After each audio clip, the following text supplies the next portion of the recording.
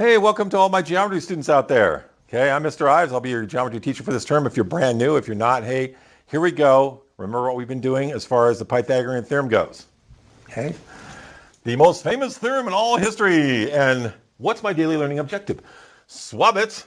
Student will be able to solve Pythagorean problems.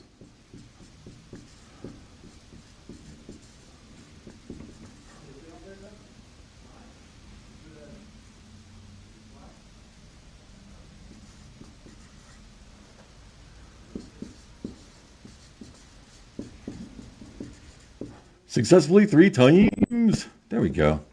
Okay, so I'm going to upload a couple different resources for you guys because I've already taught this lesson. Remember we had the big battle of Pythagoras. We beat each other with swords and stuff like that.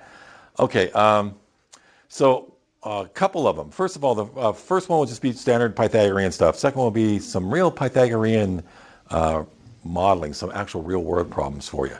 Okay, so here we go. Let's recall, a little review here. Let's recall the two different kinds of Pythagorean problems. So,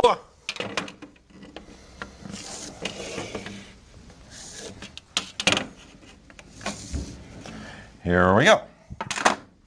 It's the most famous theorem in all history. Here's the easy kind. If you have a formula, write it. Say that. If you have a formula, write it. And we do. A squared plus B squared equals C squared. All right. So if you remember, the two short sides have to be A and B. And by the way, you can switch those up. Doesn't even matter. What's 2 plus 3? 5. What's 3 plus 2? Still 5. So that doesn't matter. On this side, you can switch these around, get those wrong. It doesn't matter. But the long side has to be C. C is always the hypotenuse. Okay, so let's say we had something like 3 and 4. And I want to find the long side right there. Okay, A squared, 3 squared, plus B squared, 4 squared, equals C squared. All right, what is 3 times 3? And don't say 6. You're right, it's 9. What is 4 squared? And don't say 8. 16. 4 times 4 is 16.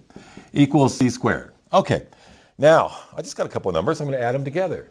9 plus 16 is 25. Equals C squared. But I don't want C squared. I just want C.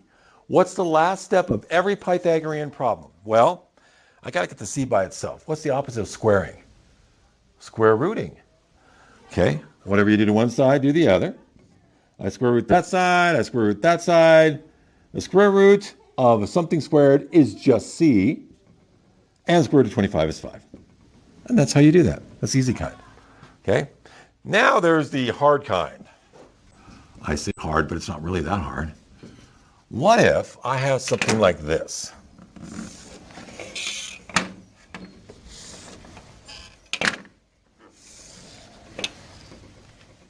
Okay, let's say I have A is, I don't know, 8, and B is, I don't know, and C is 10. Okay, so this time I have one of the legs and the hypotenuse instead of the two legs. The two legs is the easy kind. Now I'm missing a leg. And what am I to do now? Well, I have a formula. Let's try the formula. A squared plus B squared equals C squared. Say that. A squared plus B squared equals C squared. All right. Well, A is 8, so I've got 8 squared plus I don't know squared equals 10 squared. I'm just going to put those numbers in and substitute them in there. All right, let's see here. What do you think we should do now? Well, what is 8 times 8? What is 8 times 8? 64. What is 10 times 10? 100. All right, I got a little farther. All right, now we're going to have to do a little bit of algebra. Isolate the variable, do the opposite. Whatever you do to one side, do the other. What do I have to get rid of to get the B squared by itself? Yeah, the 64. What's the opposite of plus 64? Minus 64. Whatever you do to one side, do the other. B squared equals 36. All right, that wasn't that hard. It's a one-step algebra problem. It's not that big of a deal. And the last step of every Pythagorean problem is I don't want b squared. I just want b. So square root.